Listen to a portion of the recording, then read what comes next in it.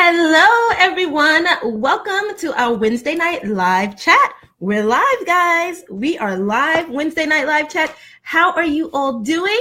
I am so grateful for anyone who shows up here live. Thank you for being here. And for those of you watching the replay, thank you for watching the replay. No matter when you watch this, when you get to catch this, it's some really, really important information. This is a great topic that we are going to discuss this evening, and I hope you guys get to watch it and replay it over and over and over as much as you need. So welcome to Wednesday Night Live Chat. My name is Monica J. I am an early childhood development specialist and a behavior specialist. I've worked for over 16 years in education as a special education teacher and early childhood teacher in New York City.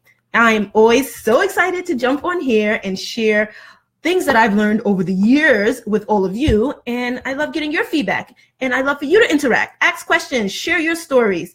Now, tonight's topic, it's a good one. I'm telling you, it's a good one. It's a good one, and it is something we discussed last night over on Instagram. If you were able to catch the live chat, the Tuesday night live chat on Instagram, great. It's the same exact topic, so don't worry, you're not missing anything.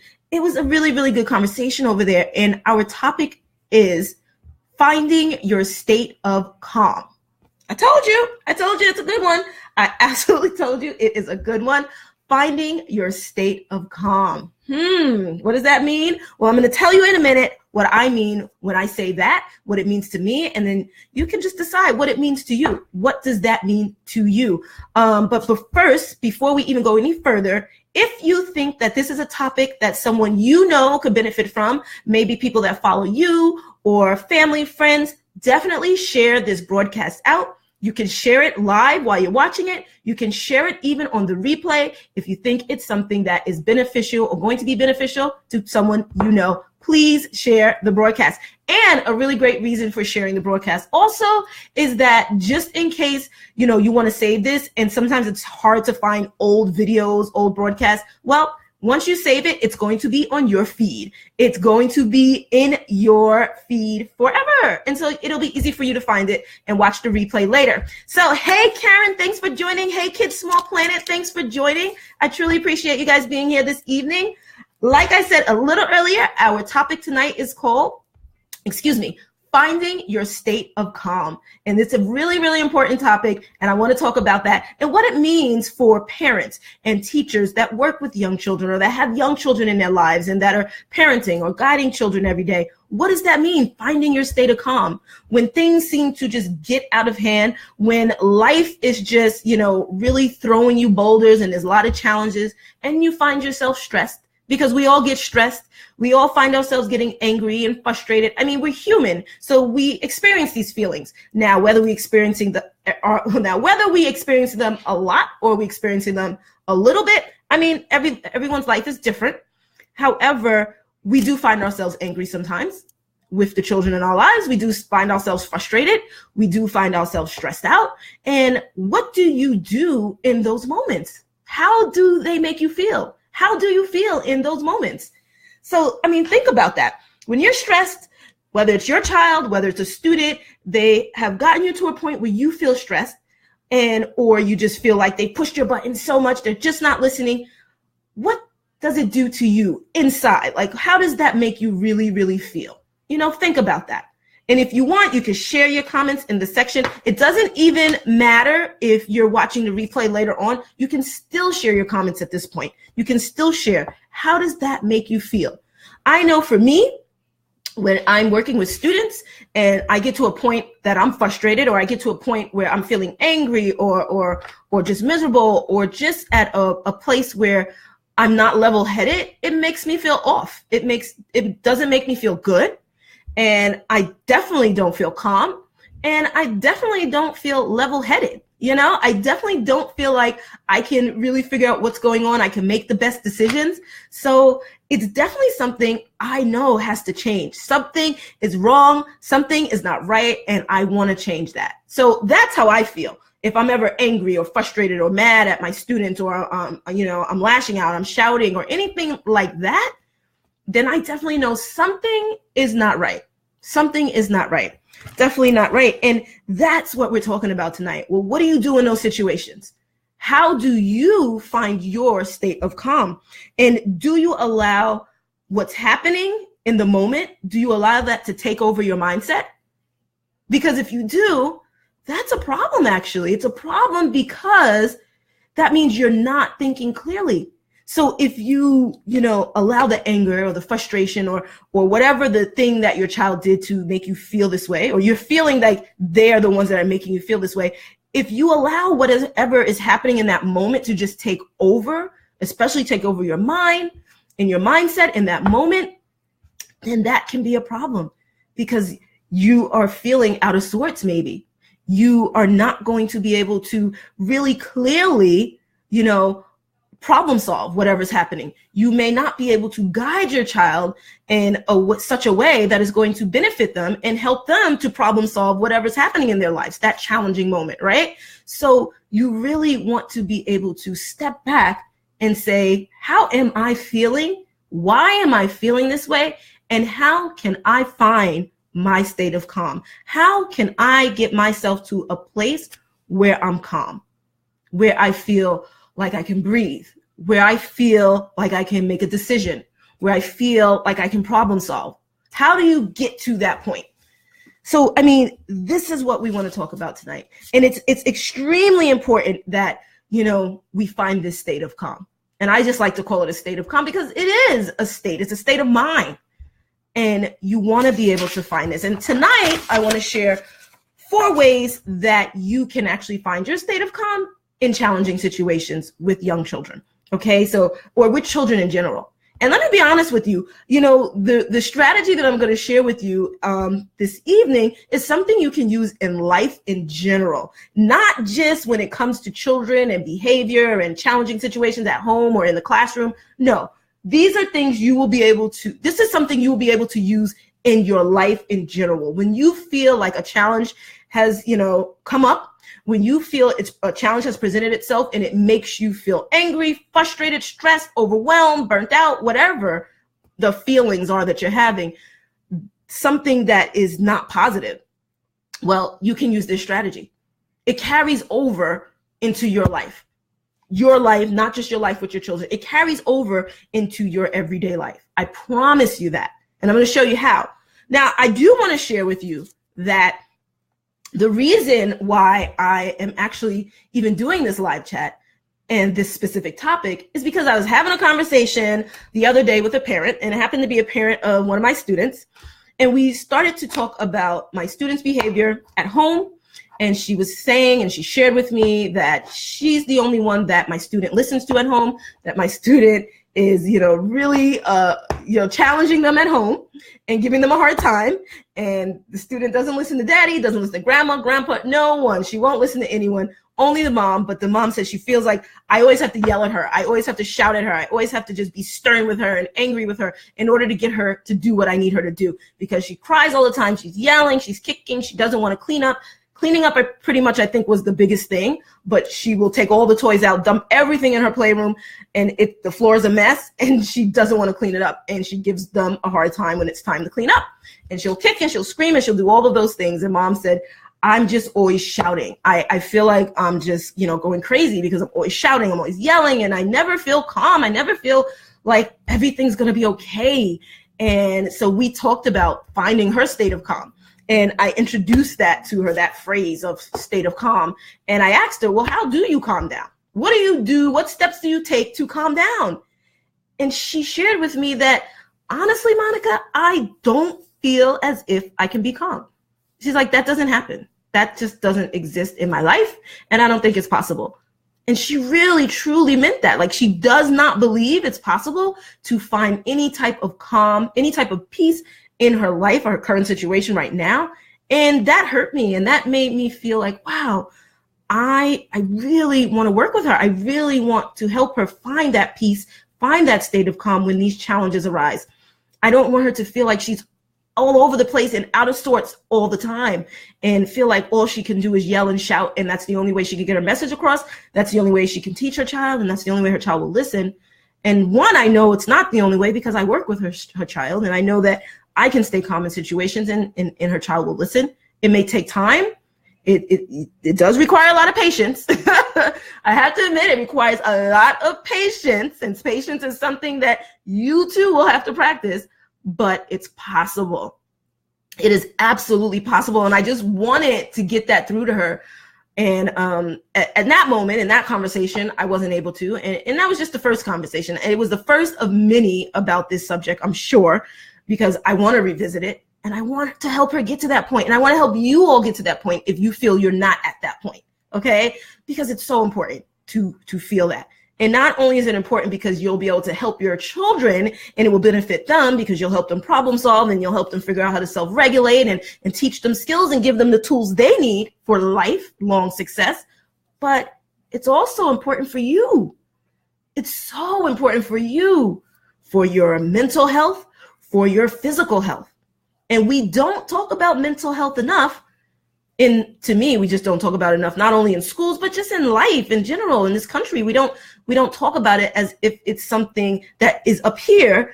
You know, it's high on the totem pole. It's not low. It's actually extremely important. We talk about going to the doctor for physical things. We talk about, when it comes to your children in school, we talk about always getting good grades and always being respectful and always, doing the best and being number one and getting an A and being on the dean's list and doing all of these things, being student of the month. We talk about all the academic side of it, right? And the merit, but we don't talk enough about the mental side of it. Because think about where you are in your life as an adult, right? You have experiences, you feel, you have emotions, and how do you cope with them? Were you ever taught how to cope with them? I don't think I was ever really taught. This is something that I've learned over the years because things have happened and I realized I didn't like how it made me feel.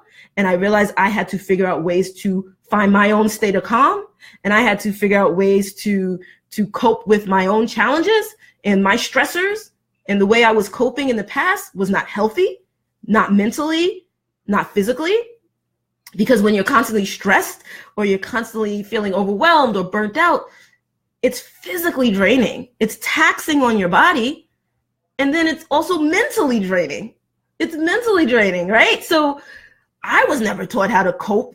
I don't think I was ever just literally given those tools. I know you're feeling this way, Monica, maybe when I was 10 or 12 or whatever, not from teachers. My mom, we talked about, oh, you're sad, don't be sad, things are going to be okay, or whatever the case was in that particular moment. But mental health wasn't something that we constantly talked about in our house. And mental health was definitely not something we talked about in school. But it's so important in adulthood. It's so important in life in general, because it all stems back to how we are going to cope with these feelings we have and these experiences, how we're going to regulate our own emotions and feelings in that moment, how are we going to keep ourselves calm so that we can think level-headed and we can make clear decisions that are beneficial to not only our children or the people in our lives, but also to us, right? So your physical health, your mental health, all of these things are important. And it all goes back to, how do you find your state of calm? How do you cope with these things? So that's what we are talking about tonight. It is so, so important. I'm telling you, it is extremely important. And, I just know from experience. But one thing I do know is that these steps that I'm going to share with you this evening, these are steps that I use every day at school with my students because it helps me get through the day. And these are things that you can use with your children at home, at school, and you can use these steps in this strategy in life in general. All right. So number one, let's go over it. Number one is pause. Anytime there's a challenging situation, whether your child has done something where you're just like, really? Are you kidding me right now? Or something has happened, or you got a bad report from your child's teacher and you're just like, are you kidding me? Is this really happening right now? I need you to pause. I need you to pause, to freeze, to stop in your tracks. Honestly, just like that. I really need you to stop, to pause. And if you watch my broadcast, and if you watch any of my broadcasts before, when I talk about behavior, one thing I always talk about when it comes to you assisting your child and guiding your child in these moments, I always remind you to pause. It's so important. So it's probably at the top of the list of all of my strategies, and that's okay because it's an important one and I'm going to keep it there. But pause. I need you to pause because I need you to stop before you react. And reacting is usually not the most positive thing, because when you react, you're reacting off of that emotion, you're reacting off of the stress, you're reacting off of the frustration, you're reacting from the anger, you're reacting from a place that you just really did that. Are you kidding me? Why? You know, you're reacting from an explosive state of mind. And I don't want you to react from there. I don't want you to react from there, because if you come in explosive and your child is already over here, or maybe they're explosive, maybe they've done something that they know are wrong, so maybe they're feeling bad or scared, or maybe they're not feeling that. Maybe they're feeling tough and they're just like, I don't care. Or maybe, you know, they're shouting and yelling or having a tantrum. But if you guys are coming at each other with all this explosive energy, with all of this, like all of these big emotions, that's how I kind of like to describe it. Sometimes these big emotions, then you guys are going to just come like this and boom, meet in the middle, and it's going to get bigger. It's going to really explode and become something much bigger than it needs to be. The situation is going to get worse before it gets better. And it doesn't really need to escalate. It really doesn't need to escalate from where it already is. We don't need it to get worse. It is already where it's at. Whatever happened. We're in the moment. So why not just pause? If it's not life-threatening, why not just pause for a minute? That's number one, pause. And the second thing is breathe. Breathe. So you've paused. Now I need you to breathe. Take a deep breath. Let it out. Get your thoughts together. Get your mind in a place of calm, in a state of calm where you feel at peace. As close to peace, as close to calm as you possibly can get in that moment.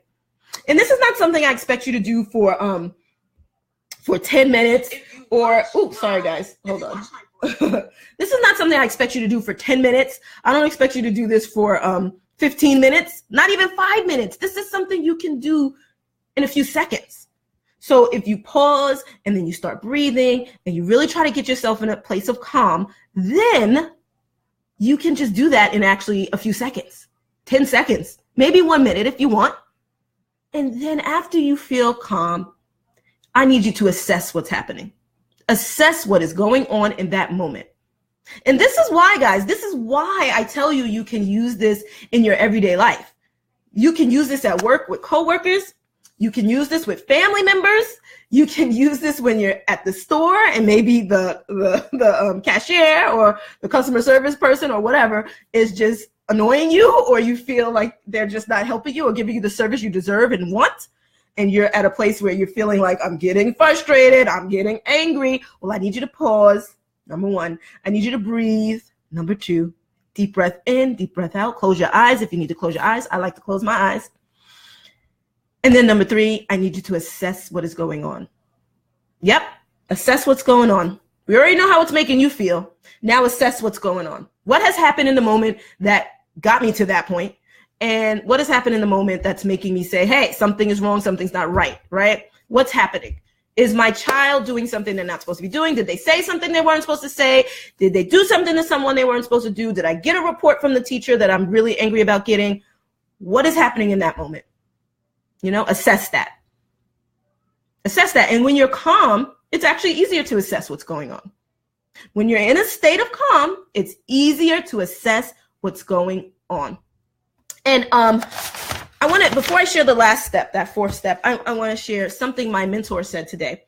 I was watching one of her Insta stories, or if you're not sure what that is, like on Instagram, you can do these short video clips, like 15-second clips, and you can put it up and people can watch it. So anyway, I was watching one of her Insta stories, and she mentioned, you know, being in like not having such a good day, but she realizes that, you know, even though I'm not having a good day, that I need to step away for a minute and take some time to myself, even if that's a day or if that's, you know, maybe it's just a few hours. I realize in this moment when I'm not having such a good day and things are really getting bad, I need to take a moment to myself. And she said something, and I wrote it down because I want to read it. And so these are her words, not mine. But she said, take a moment to strengthen you. Then you may actually pull through faster. And thank you for saying that.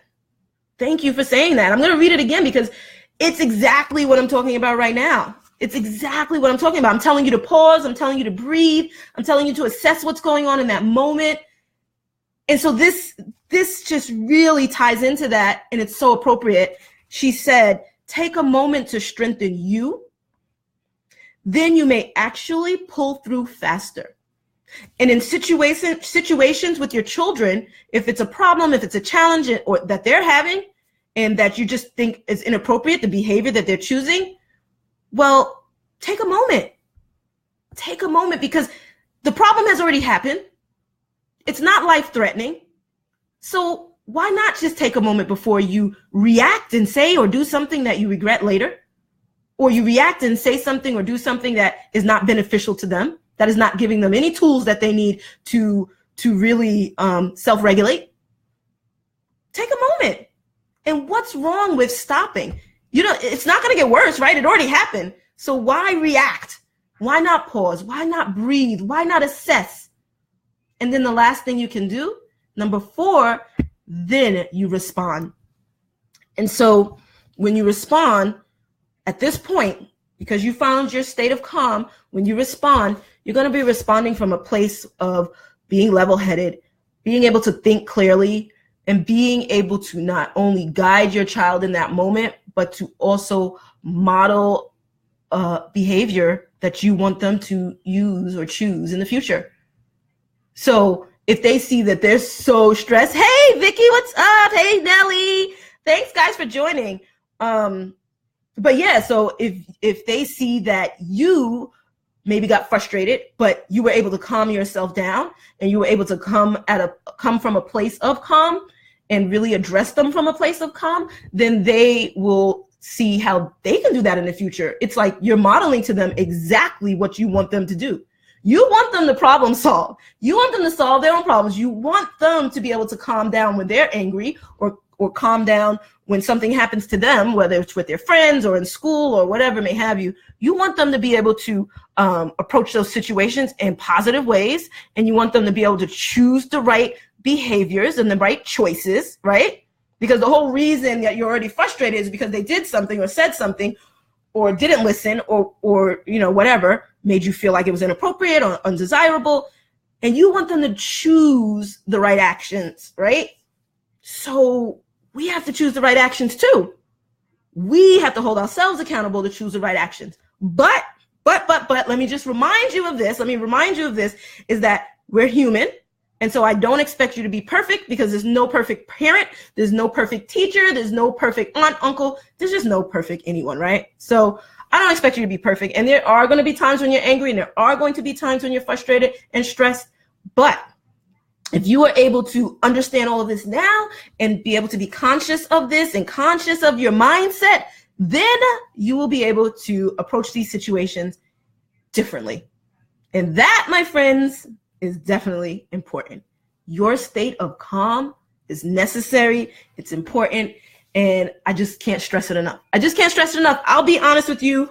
A few years ago, I got to a place of, and it really wasn't that long ago. I can't tell you exactly how long ago. Let's say 2 or 3 years ago, maybe 3 years ago.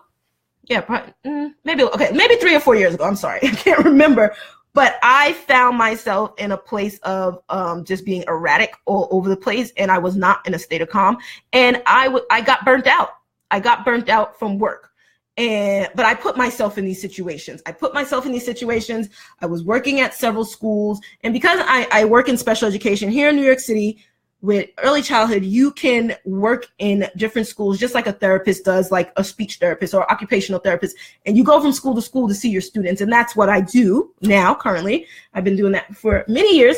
But for so many years, I was doing it at a crazy, crazy high level. And I was going to 3 and 4 schools in one day. Now that is kind of crazy. Okay, I just want to tell you that. All over New York City, I was going to 2 different boroughs at one point for a few years. And that was actually insane. And people would always be like, what are you doing? You go from Brooklyn to Manhattan? And then can you even believe at one point I was going to 3 different boroughs? Now, let me see if I don't know how to break this down from you if you're not from New York, but it's just crazy. Let's just believe me. It's crazy. Okay. So I was going from Brooklyn to Manhattan, and then to the Bronx. Like I was doing this.